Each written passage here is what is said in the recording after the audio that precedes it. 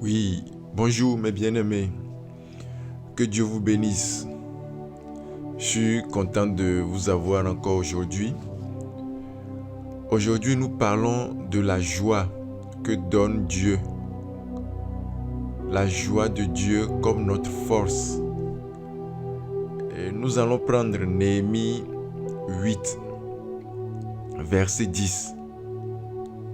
Il est écrit: Puis Esdras ajouta: À présent, allez faire un bon repas. Buvez d'excellentes boissons et faites porter des portions à ceux qui n'ont rien préparé, car ce jour est un jour consacré à notre Seigneur. Ne vous affligez donc pas, car la joie que donne l'Éternel est votre force. Version Semeur. Car la joie que donne l'Éternel est votre force. La Bible en français courant dit: La joie qui vient du Seigneur vous donnera la force. La joie qui vient du Seigneur vous donnera la force. La Bible Louis II dit: La joie de l'Éternel sera votre force. Et la Bible Parole de vie nous dit: La joie qui vient du Seigneur, voilà votre force. Bien-aimés, vous savez, si vous cliquez sur le mot force dans la Strong, le mot force c'est le mot Maoz. Maoz qui signifie refuge, forteresse, force, soutien, protection, rempart.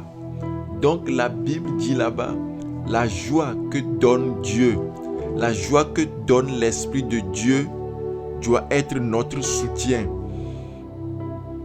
La joie que donne Dieu, que donne l'Éternel doit être notre protection. La joie que donne Dieu doit être notre forteresse, notre rempart. Voici ce que la Bible nous dit. Comprenons quelque chose. Allons dans Acte 16, versets 22 à 25. Acte 16, 22 à 25.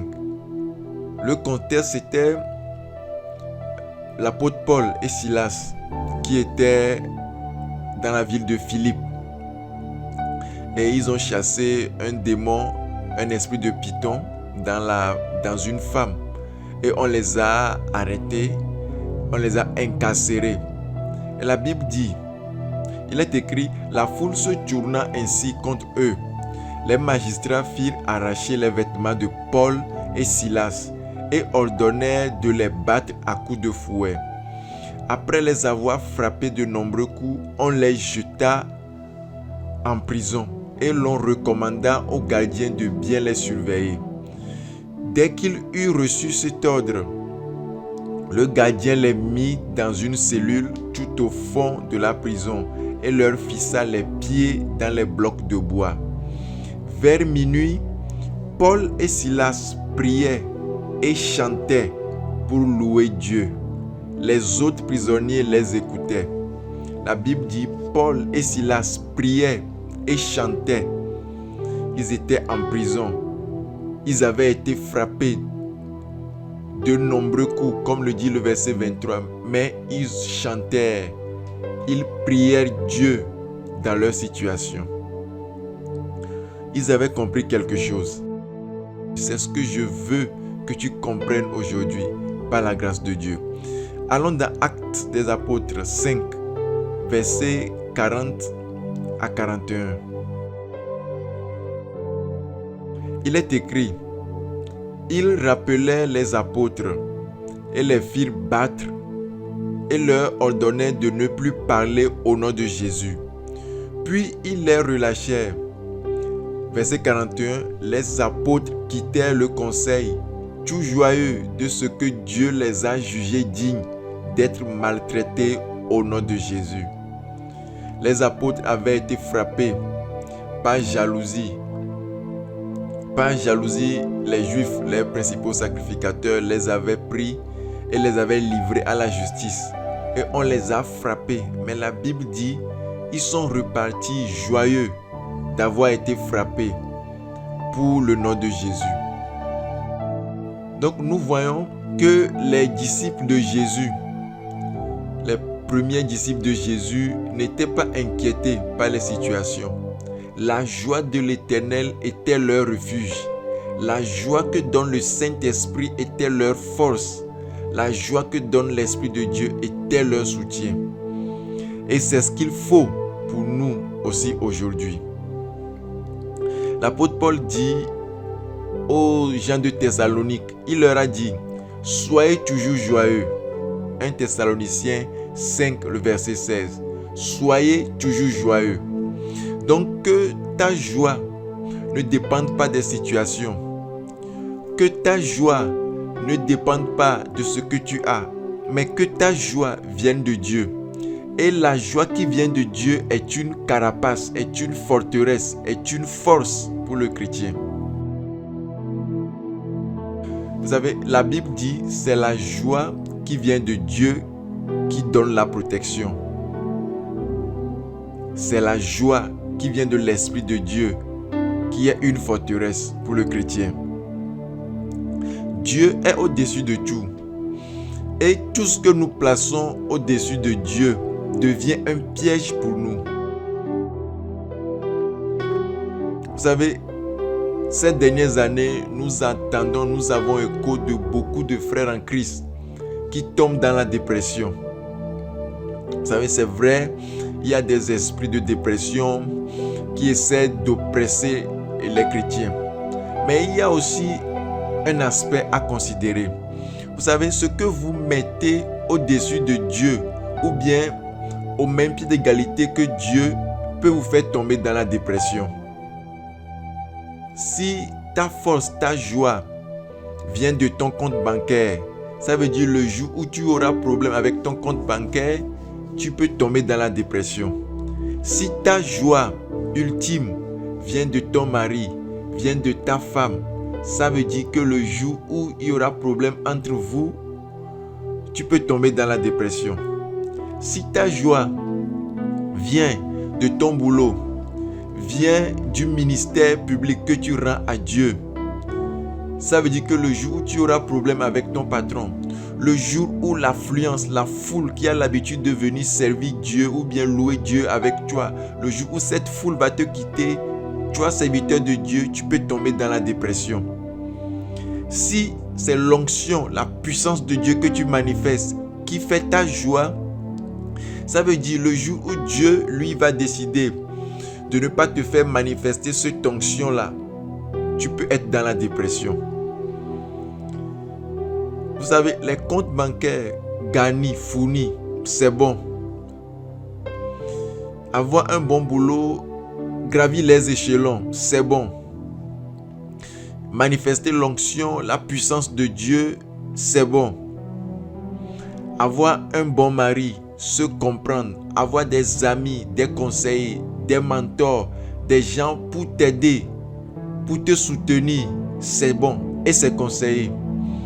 Mais quand ces personnes, quand ces situations, quand ces circonstances deviennent ta joie ultime, je t'assure que ces situations peuvent te faire tomber dans la dépression.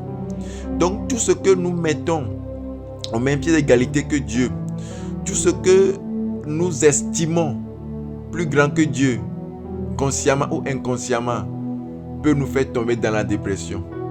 Donc que Dieu et Dieu seul soit l'objet de notre joie. Si nous apprenons à faire de la joie qui vient de Dieu, notre force, notre protection, notre sécurité, je vous assure qu'aucun malheur, même la perte d'un être cher, ne va pas te faire tomber dans la dépression. Nous sommes des soldats pour Jésus. Et je vous assure qu'aucun soldat ne peut bien combattre en étant démoralisé. Nous sommes des serviteurs de Dieu dans son champ, comme le dit la Bible. Et je vous assure qu'aucun serviteur ne peut avoir un rendement optimum en étant démoralisé. Vous savez, le monde devient méchant. Et la Bible nous dit que la méchanceté dans le monde va s'accroître de jour en jour, surtout dans ces derniers temps. Donc nous devons apprendre nous devons apprendre, c'est crucial, nous devons apprendre à ce que notre joie, notre sécurité ne soit pas extérieure, mais que ça soit intérieur. Je m'explique. La sécurité qui vient de l'intérieur, c'est la sécurité qui est produite par l'Esprit de Dieu. C'est cette joie qui est produite par l'Esprit de Dieu et qui vient de notre esprit, touche notre corps, touche notre âme. Donc ça veut dire que si les choses stressantes viennent de l'extérieur, qui sont censées produire de l'amertume, censées produire des inquiétudes en nous, la joie de Dieu qui vient de l'intérieur, qui vient de l'Esprit de Dieu en nous, va dominer sur cela et nous serons toujours en joie. En tant que soldats de Christ, c'est lorsque nous allons garder notre joie, notre paix, que nous pourrons continuer à avancer. Vous savez, Satan, les démons, les principautés, les dominations connaissent aussi cela. Du coup, il s'active à manipuler les circonstances. Il s'active à manipuler les personnes, à manipuler les collègues, à manipuler même les conjoints des chrétiens. Pour que ces chrétiens soient toujours dans des situations stressantes. Pour que ces chrétiens perdent leur joie. Satan est capable de manipuler des personnes, manipuler des circonstances, manipuler un mari, manipuler une femme pour faire perdre la joie à son conjoint. Donc soyons avertis, discernons les situations, discernons les chaos qui viennent de l'ennemi pour nous faire perdre notre joie. Maintenant, on va se demander, que doit-on faire? Premièrement, demande à Dieu de t'aider à faire de sa joie ta force. Ça veut dire, constamment demande à Dieu dans la prière de t'aider à savoir que c'est la joie qui vient de Dieu, c'est la joie qui vient du Saint-Esprit qui doit être ta force. Ensuite, demande à Dieu constamment de te remplir de sa joie.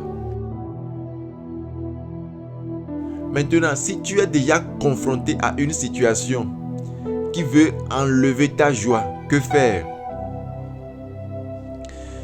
Dans ce cas, il faut prier. Prier et toujours prier. Prier jusqu'à ce que la joie que tu as perdue revienne. C'est très important. Il y a des situations qui vont essayer de t'accabler. Je t'assure, ce que tu as comme arme ultime, c'est la prière. Prie. Prie en langue, bien-aimé. Sois dans la prière jusqu'à ce que la joie de Dieu revienne en toi. La Bible dit dans Jacques 5, verset 13, « Quelqu'un parmi vous est dans la souffrance, qu'il prie. » Quelqu'un parmi vous est dans la souffrance, qu'il prie. Donc, bien-aimé, si tu as une situation de souffrance, une situation d'angoisse, prie. Prie jusqu'à ce que la joie te revienne. Je t'assure que la prière en langue est efficace dans ce genre de situation. Prie. Et secondo, ajoute aussi la parole de Dieu. La lecture abondante de la parole de Dieu. Lis la Bible. Il y a la vie de Dieu dans la parole de Dieu. Lis. Et cette vie-là que tu vas emmagasiner en toi chassera l'angoisse. Cette vie que tu vas emmagasiner en toi en lisant la Bible chassera le stress. Pour finir, ayez des amis bien-aimés, ayez des partenaires de prière, ayez des confidents, ayez des mentors, ayez des pères et des mères pour vous conseiller. Mais ayez par-dessus tout Dieu. Ayez par-dessus tout Dieu. Vous savez, tout peut arriver dans la vie. Tout peut arriver dans la vie.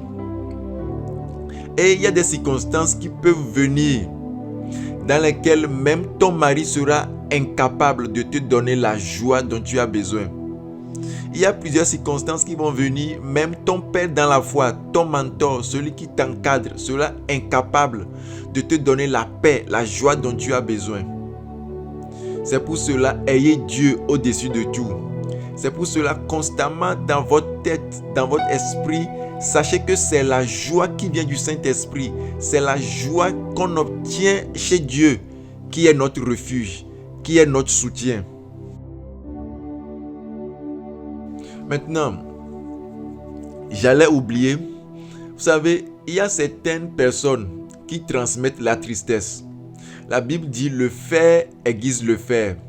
C'est de la même manière dont la tristesse peut être transmise à une autre personne. Donc, évitez les gens qui ont tendance à vivre dans la tristesse.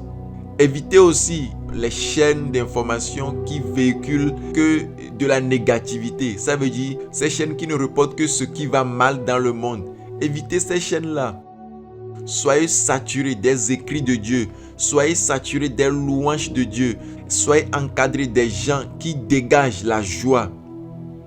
Mais bien-aimés, que la joie qui vient de l'Esprit de Dieu, la joie qui vient de l'intérieur, soit ta force, soit ton refuge, au nom de Jésus. Je prie Dieu que toute personne qui écoute ce message puisse comprendre l'importance d'avoir Dieu comme sa joie.